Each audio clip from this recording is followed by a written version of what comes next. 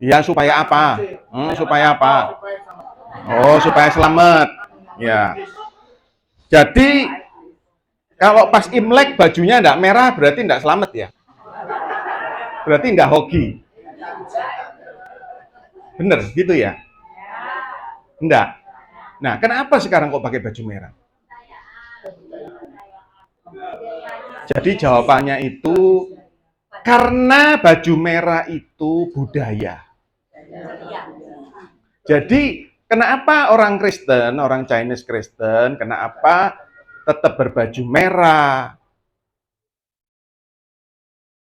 Kalau malam hari di sebelum besok Imlek, jadi full makan siomba. Jadi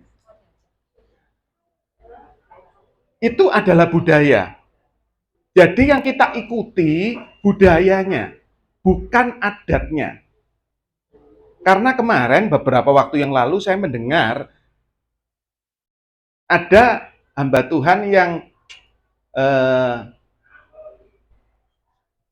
apa ya Pak bilangnya itu ya Pak Martin, masih pokok setuju gitu loh, apa ya bahasa lainnya ya, saya kehilangan kata-kata apa Pak? Lainnya tambah blank. Nah, masih kompromi. Ada hamba Tuhan yang kompromi bahwa orang Chinese Kristen pegang yo itu enggak apa-apa. Nah, saya mau ngomong, terus kemudian berbicara di apa berdoa di depan ketika kita pergi ke persemayaman, terus kita berdoa di sana, itu juga boleh. Supaya kita nggak jadi batu sandungan orang yang bukan Kristen yang ada di sana. Saya katakan kalau kita mengikut Kristus, sekali Kristus tetap Kristus. Budaya tetap, terima angpo apalagi. Saya nunggu dari Pak Matius ini. Kan sing enom minta sama sing tuwek. Nah, ya. Itu yang kita ikuti. Nah, kenapa ini terjadi? Karena ada mental dunia. Saya tidak berkata bahwa budaya atau adatnya Chinese itu salah. Karena saya berangkat dari keluarga yang bukan Kristen.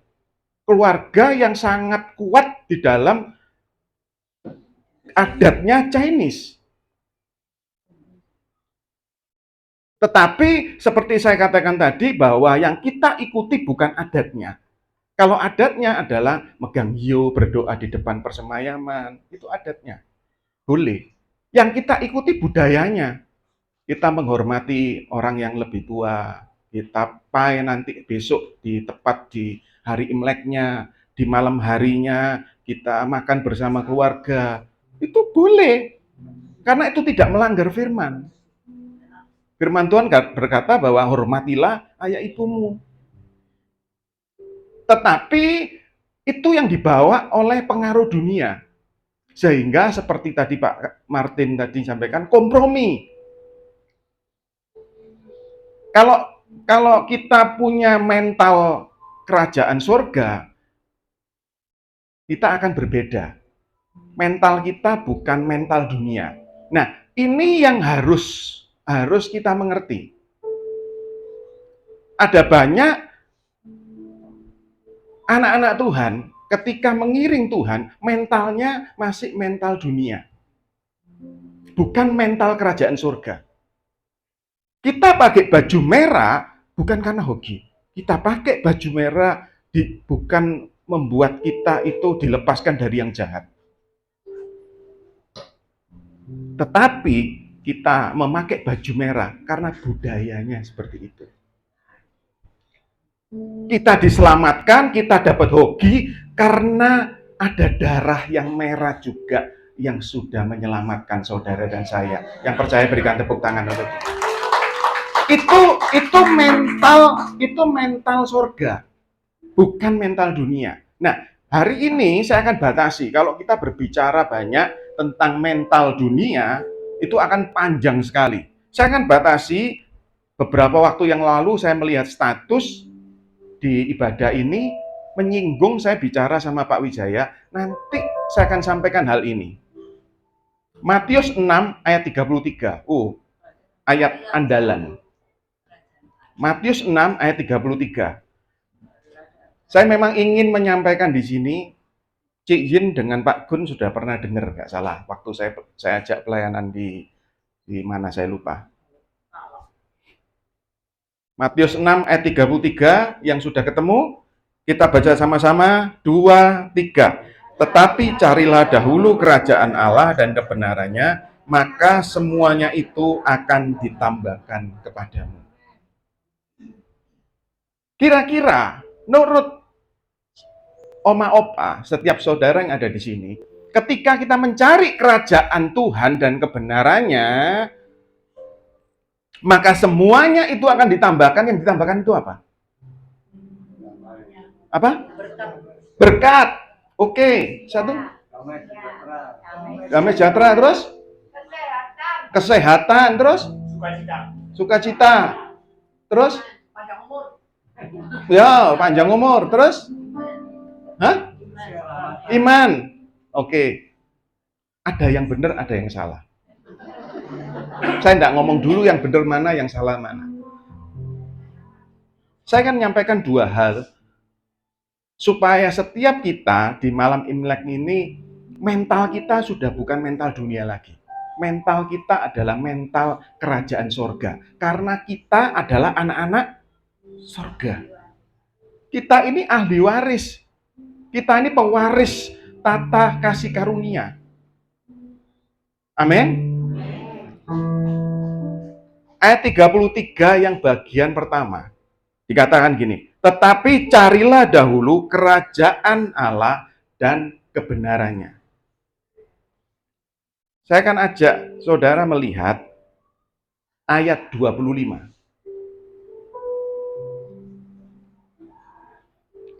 Ayat 25 saya bacakan. Ini lebih enak ya. Yang ini ya. Karena timbul tenggelam.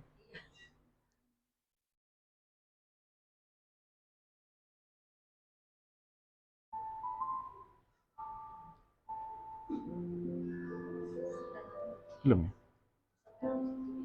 Kenapa? Yang mana?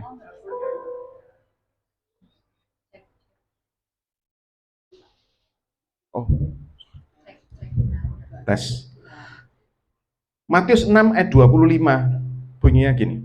Karena itu aku berkata kepadamu, janganlah khawatir akan hidupmu, akan apa yang hendak kamu makan atau minum, dan janganlah khawatir pula akan tubuhmu, akan apa yang hendak kamu pakai. Bukankah hidup itu lebih penting daripada makanan, dan tubuh itu lebih penting daripada pakaian.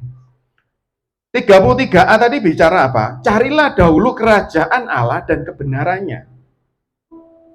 Ada banyak orang-orang percaya, orang-orang Kristen, itu tidak mencari kerajaan Tuhan dan kebenaran.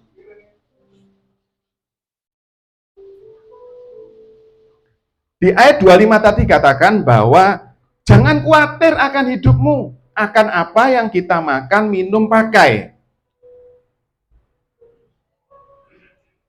Ada orang yang sibuk mencari apa yang harus dimakan, apa yang harus diminum, apa yang harus dikenakan.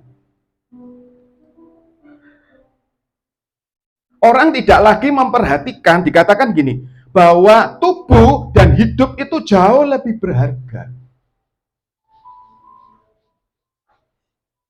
Tidak kebetulan firman Tuhan itu saling menguatkan. Tadi Bugem tadi nyampaikan 1 Korintus berapa tadi? Berapa tadi ya? Tentang makan, minum tadi. Ada orang-orang yang lebih mementingkan apa yang dimakan, yang diminum, apa yang dipakai. Lupa menghargai tubuh itu jauh lebih berharga. Hidup itu lebih berharga. Makanya tidak heran ada orang-orang yang Hidupnya sembrono, tidak menghargai tubuh yang Tuhan beri. Saya pernah saksikan, saya divonis 2017 itu harus minum obat tensi. Tapi saat itu kemudian saya sadar, selama ini saya makan losdol, kuabe tak sikat. Sampai kemudian di 2017 divonis dokter itu. Tapi untungnya saya saat itu bertobat. Dan saat itu saya tahu bahwa tubuh itu jauh lebih berharga. Makanya opa oma, terutama yang sudah umur-umur, lek mangan hati-hati. Ojo kabeh digasak. Kok dumane disediakno Pak Wijaya, wah rebutan gua sak kabeh. Hati-hati. Lho guyu. Hati-hati. Semua boleh dimakan, semua boleh dinikmati. Tapi ada batasnya. Kenapa? Sekali lagi, karena tubuh itu lebih penting. Kalau orang di luar sana, yang penting makan enak. Saya tidak melarang kita makan enak. Saya setiap pagi sekarang, sudah ada berapa bulan ya? Karena saya diberitahu oleh sepupu saya, setiap pagi itu saya sarapan dengan oatmeal. Havermut. Itu sepupu saya mengkonsumsi itu hampir 30 tahun. Setiap pagi saja ya, pagi saja. Siang dia makan biasa. Malam dia makan buah yang yang ringan. Pagi sarapannya itu. Kemudian saya ngomong, waduh kok susah. Lah, oatmeal gak enak. Terus dia ngomong gini, nasinya ganti oat. Nah, tak kasih tip. Nasinya ganti oat, tapi lauknya tetap. Tapi tetap gak enak. Saya coba makan sama pelasan. Waduh, gak enak pertama. Jadi pelasan sama oatmeal sama havermut. Ya apa coba rasanya? Lah supaya enak tak kai sambel kira ublek-ublek. Pokok pedes loh. Kan pedes loh. Enak. Dan itu sudah terbiasa, sudah hampir setengah tahun saya makan. Dan enggak apa-apa. Karena itu membersihkan pembuluh darah. Ada banyak orang yang enggak menghargai tubuh yang Tuhan beri. Kalau sudah sakit, darah Yesus memulihkan. Loh, saya percaya. Apalagi kalau perjamuan dipakai. Saudara tahu bahwa perjamuan itu bukan untuk menyembuhkan saudara, bukan. Itu untuk mengingat peringatan tentang Yesus. Artinya ketika kita memperingati itu, iman kita semakin dikuatkan. Kita tahu bahwa Yesus darahnya sudah tercurah buat saudara dan saya. Bukan pakai itu untuk membenarkan kita. Makan dalam nama Yesus, babat, rempelo ati, sehat. Bukan itu. Kemudian kalau sudah sakit, Tuhan pulihkan, bilur Yesus menyembuhkan pas stroke itu. Yesus ngomong waktu meninggal, Yesus ngomong, lah pangananmu sembarang kon gasa. Ada anak-anak Tuhan yang hidupnya juga nggak teratur, tidurnya nggak teratur. Saya berusaha ini sudah berjalan berapa tahun sudah. Maksimal jam 11 malam harus tidur. Tidur terbaik itu 7 jam. 7-8 jam, lebih dari itu bukan oma-opa, tapi bayi. Ojo kesuwen kagen turu ya. Ada orang-orang yang saya kenal juga, tidur sampai larut malam. Nontonnya apa? Drakor. Karena apa? Ketika saudara tidur, metabolisme tubuh itu bekerja. Pergantian sel-sel tubuh itu bekerja. Bahkan penelitian berkata jam 11, jam 12 itu bagus-bagusnya tubuh meregenerasi sel. Dan di saat itu ada banyak anak-anak Tuhan yang melekan sih. Gak usah rokok, saudara tidur gak teratur aja. tinggal tunggu waktu. Ini yang sering kali terjadi. Ada orang-orang yang tidak menghargai tubuh yang Tuhan beri. Saya akan bukakan saudara di dalam 1 Timotius 4 ayat 8, biar cepat saya bacakan. Latihan badani terbatas gunanya, tetapi ibadah itu berguna dalam segala hal dan selanjutnya. Sebentar, saya batasi ini. Latihan badani terbatas gunanya. Saya percaya Paulus ini suka olahraga. Saya juga suka olahraga, ini Paulus yang ini loh, Paulus yang ini. Paulus ini suka olahraga.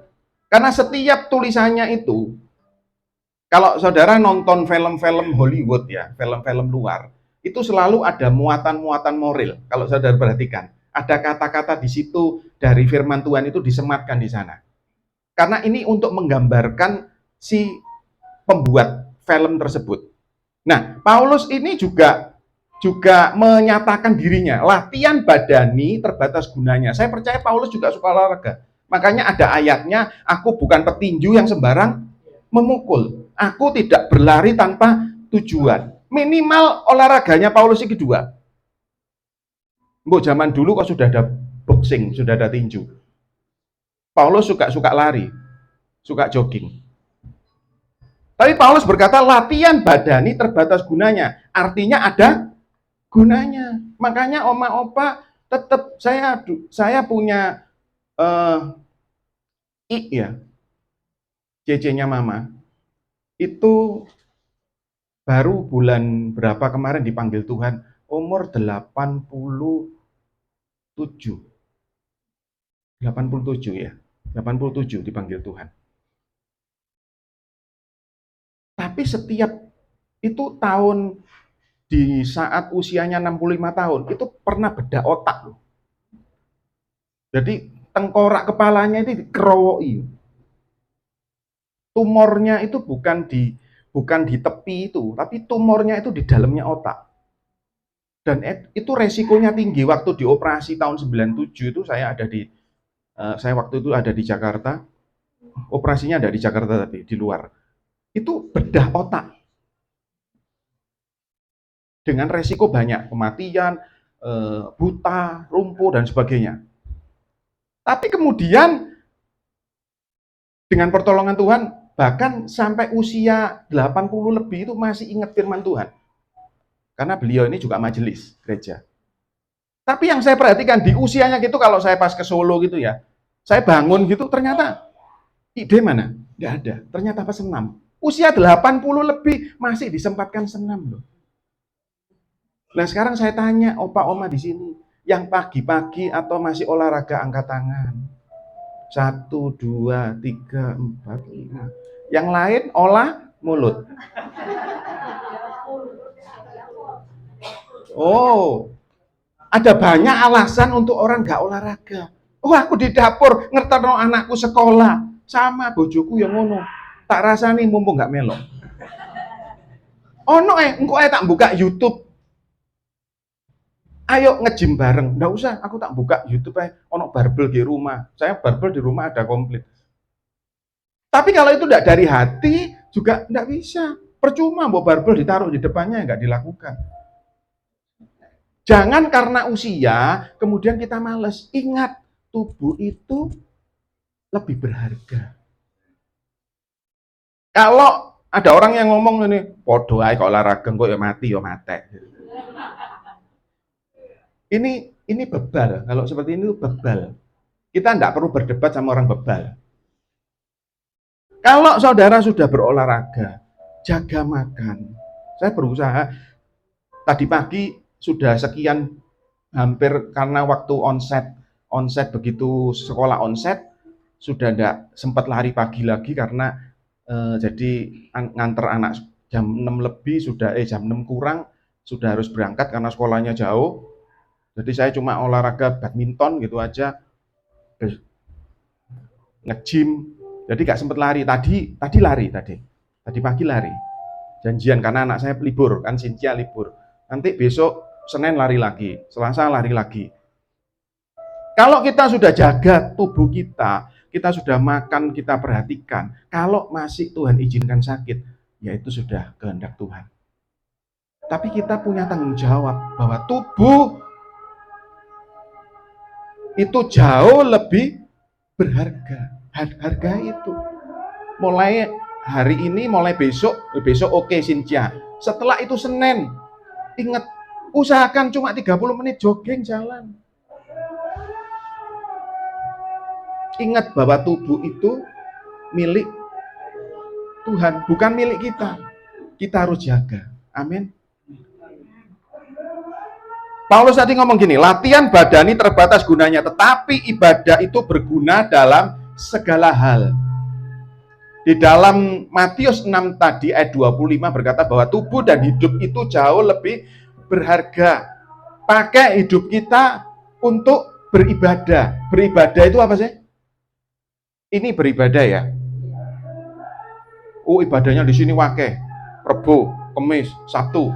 Kurang titik setiap dino, tak ngomongin kok iso seminggu terus full ibadah terus. Pak Wijaya tak ngomongin gitu.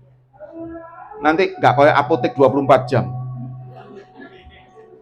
Ibadah 24 jam.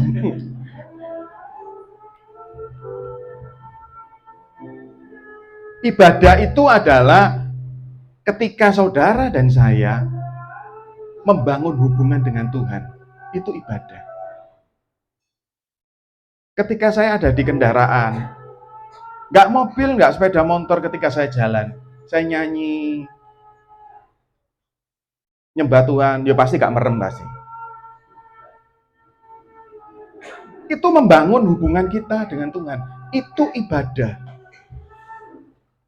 Pakai hidup kita, tubuh kita yang Tuhan beri ini untuk kemuliaan Tuhan. Makanya dikatakan bahwa hidup dan tubuh kita itu jauh lebih berharga ketimbang yang kita pakai. Kemudian di Matius 6:33 di ayat yang B, maka semuanya itu akan ditambahkan kepadamu. Nah, ini pokoknya di sini. Ketika kita sudah mencari kerajaan Tuhan dan kebenarannya, maka semuanya itu akan ditambahkan kepadamu. Saya dulu berpikir gini, ketika saya beribadah, ketika saya berusaha hidup menjadi benar, saya beribadah, saya berdoa puasa, setiap ibadah tak melok IKB kecuali sekolah minggu. Ya ndak ya lek sekolah minggu toh. Kecuali Om Matius mau melok sekolah minggu ya ndak apa-apa. Semua saya ikuti. Saya berpikir gini, ketika saya beribadah, membaca firman Tuhan, rajin, nggak pernah lowong, memuji menyembah Tuhan, maka semua yang saya perlukan itu Tuhan akan tambahkan. Saya dulu mikirnya gitu, ojo diamin aku salah. Cepet tele amin itu, Pak. Itu salah.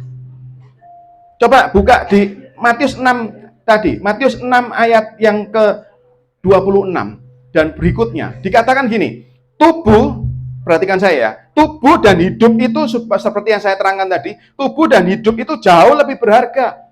Tuhan lalu ngomong gini, perhatikan burung-burung yang tidak aku pelihara. Perhatikan bunga bakung di ladang yang tidak aku pelihara. Itu bunga bakung jauh lebih indah daripada pakaian Salomo. Burung-burung itu Tuhan pelihara. Tuhan ngomong gitu. Maka dikatakan gini, siapakah di antara kamu yang karena kekhawatirannya dapat menambahkan sehasta saja dalam hidupnya? Ayat 28, dan mengapa kamu khawatir akan pakaian? Perhatikanlah bunga bakung di ladang yang tumbuh tanpa bekerja dan tanpa memintal dan sebagainya. Salomo dalam kemegahannya tidak seindah dari burung itu. Dan berikutnya. Di ayat 31, saya bacakan buat saudara ya. Sebab itu janganlah kamu khawatir dan berkata ya, apakah yang akan kami makan? Apakah yang akan kami minum? Apakah yang akan kami pakai? Tuhan sudah ngomong gitu loh.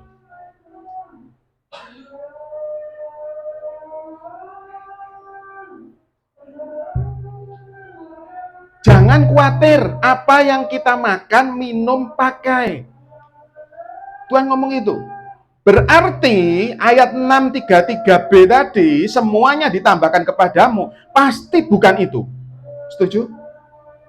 Karena Tuhan ngomong gitu, ngapain kamu khawatir? Tuhan itu enggak mungkin pelin-pelan. Habis ngomong A kemudian ngomong B. Makanya di ayat 32, perhatikan saya bacakan, semua itu dicari bangsa-bangsa yang tidak mengenal Allah. Saya katakan lagi, semua itu dicari bangsa-bangsa yang tidak mengenal Allah. Apa yang dicari tadi? Makan, minum, pakaian. Semua yang orang cari, yang berusaha kejar itu, Tuhan ngomong gitu, itu semua dicari yang tidak kenal Tuhan, sehingga kenal aku. Paham ya? Lalu ngomong gini, akan tetapi Bapamu yang di sorga tahu. Perhatikan, akan tetapi Bapamu yang di sorga tahu bahwa kamu memerlukan semuanya itu. Kalau Tuhan tahu, cukup. Anak saya nggak usah ngomong, sekedar saya tahu handphonenya bermasalah, dia nggak usah ngomong, saya ganti. Makanya yang makan, minum, pakaian tadi Tuhan ngomong, itu dicari bangsa-bangsa yang tidak kenal aku. Lah kalau kita, mental kita mencari kerajaan Tuhan dan kebenarannya hanya supaya makan, minum, kebutuhan kita semua dipenuhi, apa bedanya kita dengan bangsa-bangsa yang tidak kenal dengan Tuhan? Apa bedanya? Sama. Saya dulu ketika saya mempelajari firman ini, Tuhan, salah. Selama ini aku salah. Kalau kita hanya beribadah, kita mencari Tuhan dan kebenarannya hanya untuk memenuhi kebutuhan hidup kita, saudara pasti capek. Pasti capek.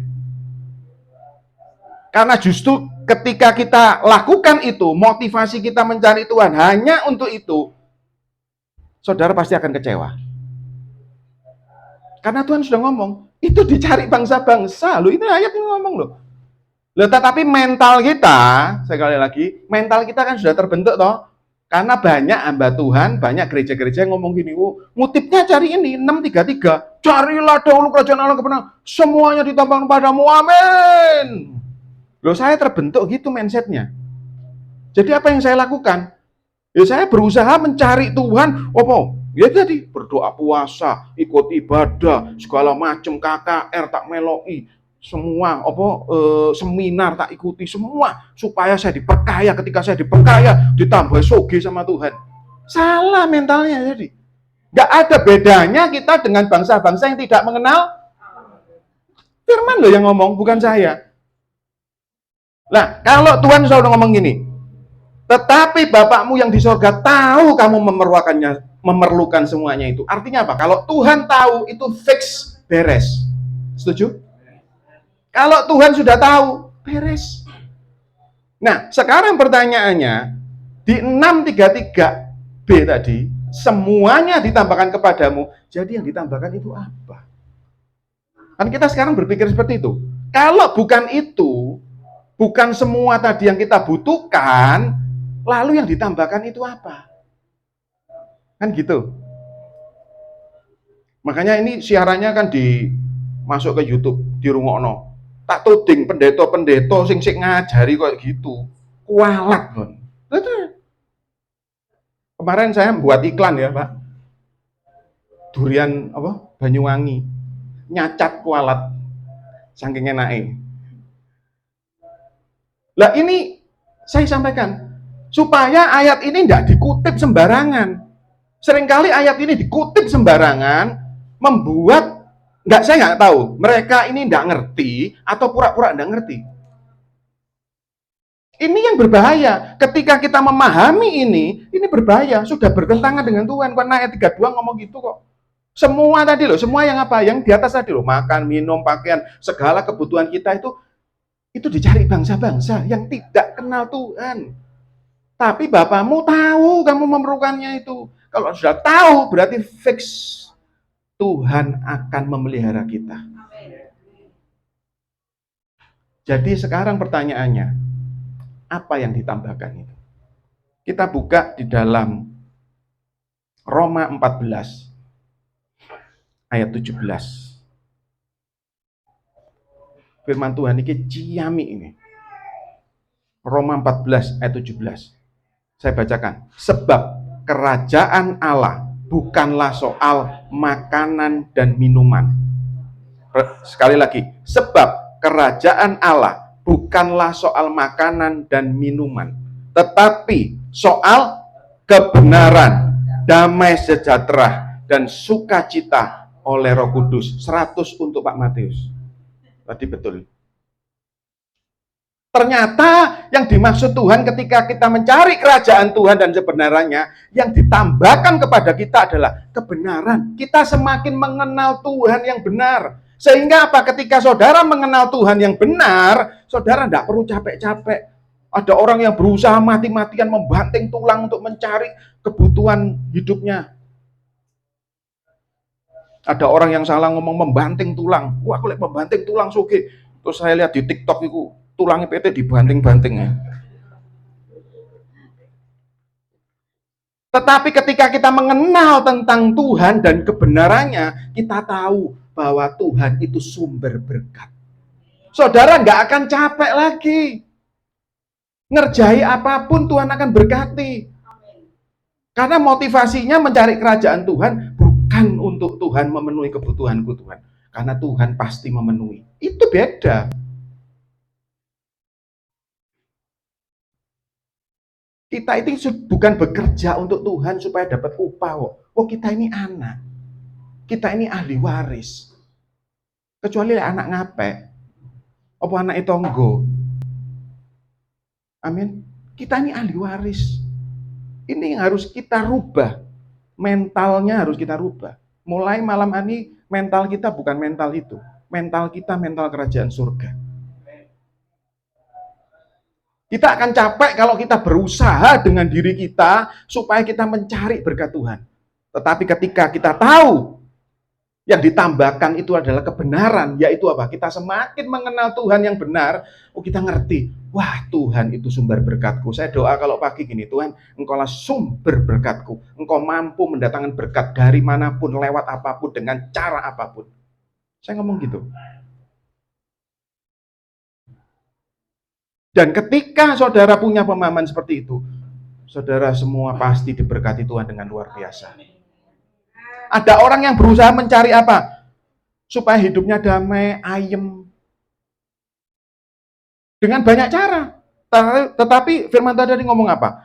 Yang ditambahkan, isi kerajaan surga itu apa? Kebenaran, kemudian damai, sejahtera, dan sukacita. Seperti doa Bapak kami. Ketika doa Bapak kami, kita berkata, biarlah kehendakmu terjadi di bumi seperti di surga. Ketika di bumi seperti di surga, maka saudara akan alami damai, sejahtera, dan sukacita. Amin. Dan itu jauh melebihi semua yang dicari orang di luar sana. Hari ini pastikan setiap saudara bukan punya mental seperti orang-orang yang tidak mengenal Tuhan. Kita tetap menjaga tubuh dan hidup yang Tuhan beri. Dengan apa menjaga tubuh kita? Hidup kita dedikasikan. Kalau saudara melayani, pakai memang untuk melayani. Motivasinya memang benar untuk melayani, seperti tadi dikatakan. Tidak ada tujuan apa-apa. Tidak supaya menjadi dikenal orang dan sebagainya, tidak perlu. Tapi ketika fokus kita hanya kepada Tuhan, kerajaan Tuhan itu akan turun di dalam hidup kita. Amin. Mari kita semua bangkit berdiri.